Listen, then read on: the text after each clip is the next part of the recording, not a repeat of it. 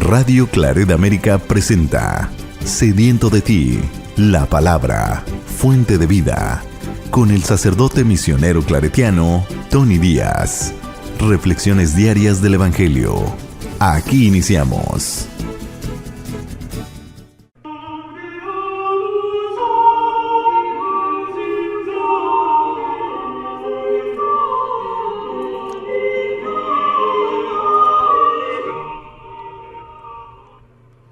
Bienvenidos hermanos a nuestras reflexiones del Evangelio del día. Hoy es jueves de la cuarta semana de Pascua, y hoy celebramos la fiesta de San Marcos Evangelista.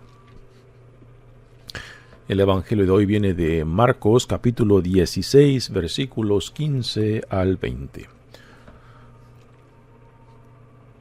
En aquel tiempo se apareció Jesús a los 11 y les dijo: Vayan por todo el mundo y prediquen el Evangelio a toda criatura.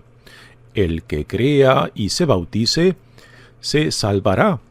El que se resista a creer será condenado. Estos son los milagros que acompañarán a los que hayan creído. Arrojarán demonios en mi nombre, hablarán lenguas nuevas. Cogerán serpientes en sus manos, y si beben un veneno mortal, no les hará daño. Impondrán las manos a los enfermos, y éstos quedarán sanos. El Señor Jesús, después de hablarles, subió al cielo y está sentado a la derecha de Dios. Ellos fueron y proclamaron el Evangelio por todas partes, y el Señor actuaba con ellos y confirmaba su predicación con los milagros que hacían. Palabra del Señor.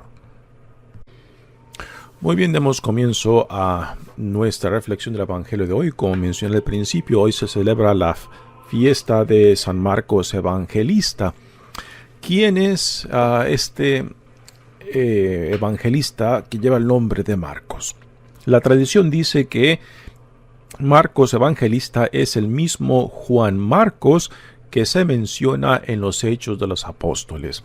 Es, según la tradición y según lo dice los Hechos de los Apóstoles, es primo de Barnabás, que fue compañero de Pablo particularmente las primeras dos misiones que Pablo llevó a Asia Menor, lo que hoy en día es Turquía. Este Juan Marcos, primo de Barnabás, acompañó también a Pablo y a Barnabás en la primera misión hacia Asia Menor, pero a mitad del camino él se regresa a Jerusalén, y este regreso de Jerusalén a Jerusalén parece que creó una fricción entre Pablo y Juan Marcos, porque en la segunda salida misionera Barnabás quiso traer de nuevo a su primo Juan Marcos, pero Pablo se opuso. Y esta posición de Pablo a traer otra vez a Juan Marcos, pues hizo de que Barnabás se separara de Pablo y él se lanzara a otros caminos del movimiento cristiano de aquel entonces. Pero en las cartas de San Pablo, particularmente a los Colosenses y después a Filemón, parece que ya para entonces Pablo ha mejorado su relación con Juan Marcos, porque lo menciona un par de veces y ya en una forma muy amigable. También en la primera carta de Pedro se menciona el nombre de Marcos, que está presente en Roma, ¿no? Este Evangelio de Marcos, hasta fines del siglo XIX, era el evangelio menos conocido de los cuatro evangelios, particularmente entre los sinópticos. Por sinópticos se entiende a Mateo, Marcos y Lucas, porque se siguen paralelamente muy cercas, ¿no? El de Juan es muy diferente, tiene un estilo mucho más refinado. Pero hasta fines del siglo XIX, el Evangelio de Marcos no era muy conocido, porque en la iglesia era visto como un evangelio muy pobre literariamente, también pobre en vocabulario y muy rústico en su estilo, ¿no? O sea, más si lo comparamos con el estilo de Mateos y Lucas, ya no se diga del de Juan, que eso es un estilo mucho más refinado, ¿no?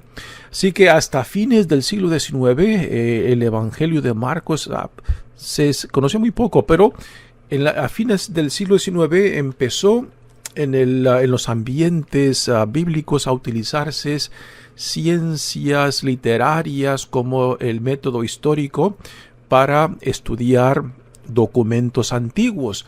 Y es ahí cuando se redescubre este Evangelio de Marcos, ¿no?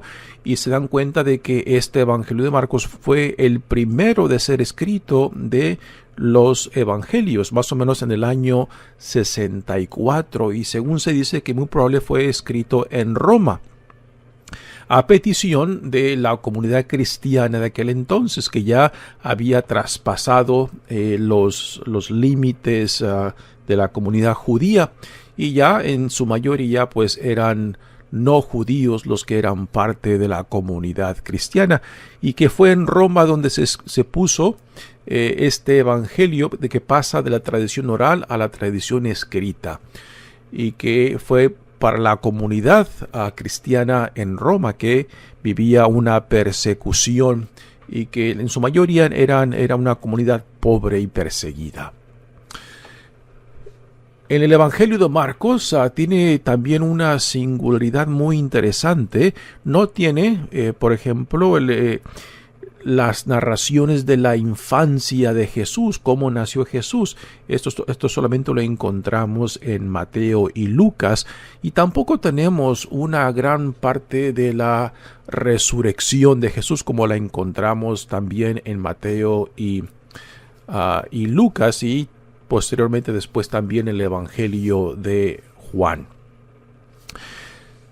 Pero a pesar de esto, de estas partes que no son partes del Evangelio de Marcos, pues este Evangelio también es, a pesar de ser un poco diferente y más rústico en su estilo y lenguaje, también tiene mucho que contribuir, particularmente después del siglo XIX, cuando los especialistas en el Nuevo Testamento se dieron cuenta de que fue el primero de estos evangelios, y que cuando Mateo y Lucas escribieron el suyo, pues tenían el Evangelio de Marcos enfrente de ellos, que después ellos tomaron gran parte del Evangelio de Marcos y lo reorganizaron según sus intenciones en sus propios evangelios.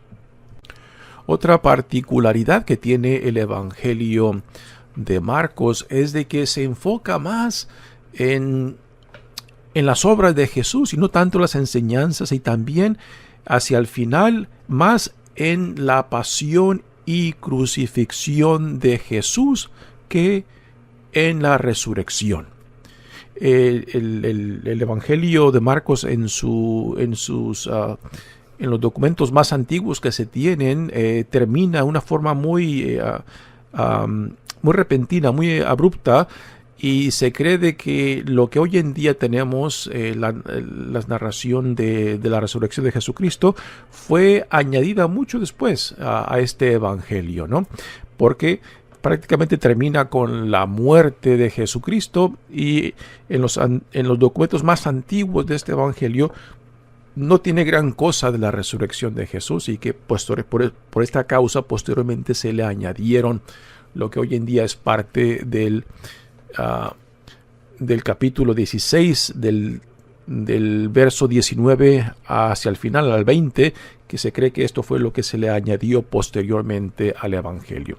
Otra particularidad de este Evangelio de Marcos es de que en este Evangelio todos quedan mal, desde la familia de Jesús, desde sus parientes, desde los discípulos, ya no se digan de las multitudes que lo siguen, y también pues los fariseos y escribas que son la oposición a Jesús, que constantemente lo retan, ¿no?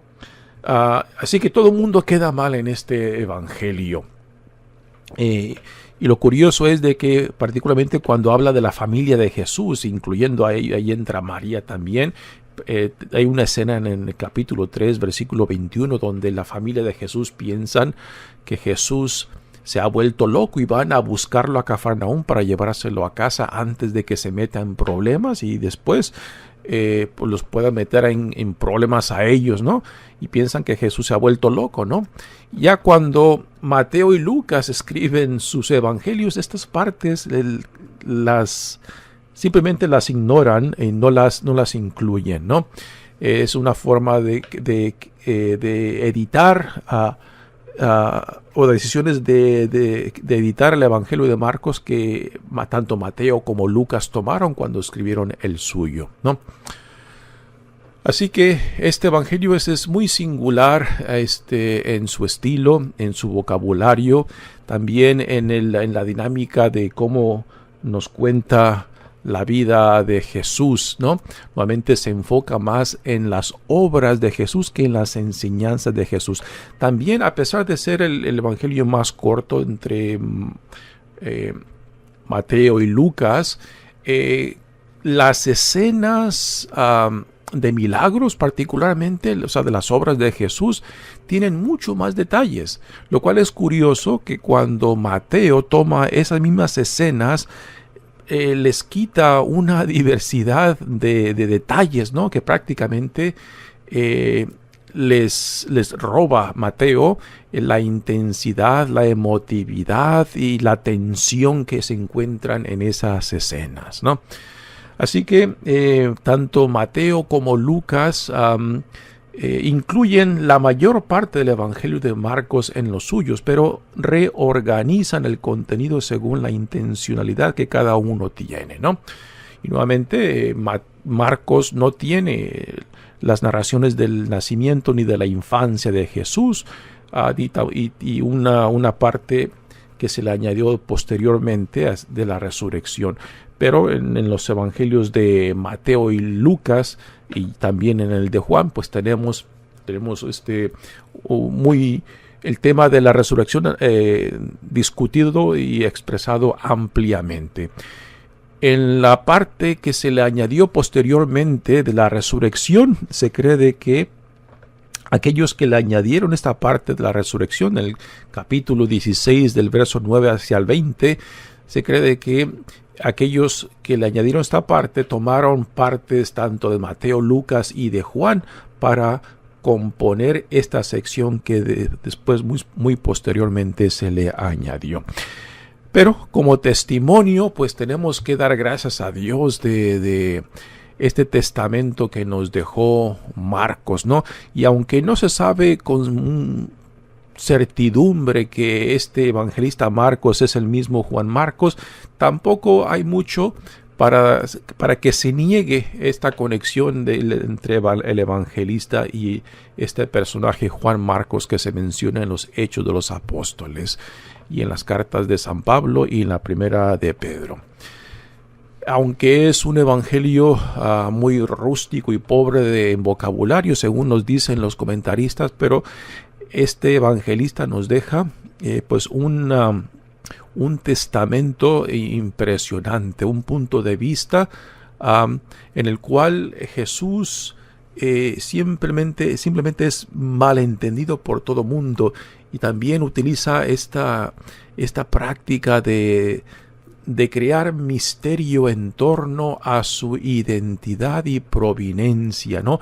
Cuando Marcos menciona diferentes milagros, expulsiones de demonios, siempre les dice a la gente que no le digan a nadie lo que acaban de recibir, o sea, si es la sanación, la expulsión de demonios, ¿no? Y a esto se le nombra el misterio mesiánico porque el por qué Jesús insiste de que no comuniquen a otros lo que acaban de recibir por sanación o expulsión de demonios, porque no quiere del Evangelio de Marcos que la gente malentienda, particularmente considerando que ya en tiempos de Jesús había diferentes nociones de cómo el Mesías tenía que venir, cómo tenía que manifestarse, y el Jesús de Marcos pues simplemente no encajaba en ninguna de esas expectativas, y de ahí el misterio mesiánico que predomina en gran parte del Evangelio de Marcos. Ante todos, gracias a Dios por este gran testimonio, y también porque este evangelio pues pasa a ser la base, una de las fuentes principales que después hizo posible los evangelios de Mateo y Lucas. Mi nombre es Padre Tony Díaz, misionero claretiano, que Dios los bendiga. Radio Claret América presentó Sediento de ti, la palabra. Fuente de vida. Sus comentarios son importantes. Contáctenos en radioclaretamerica@gmail.com.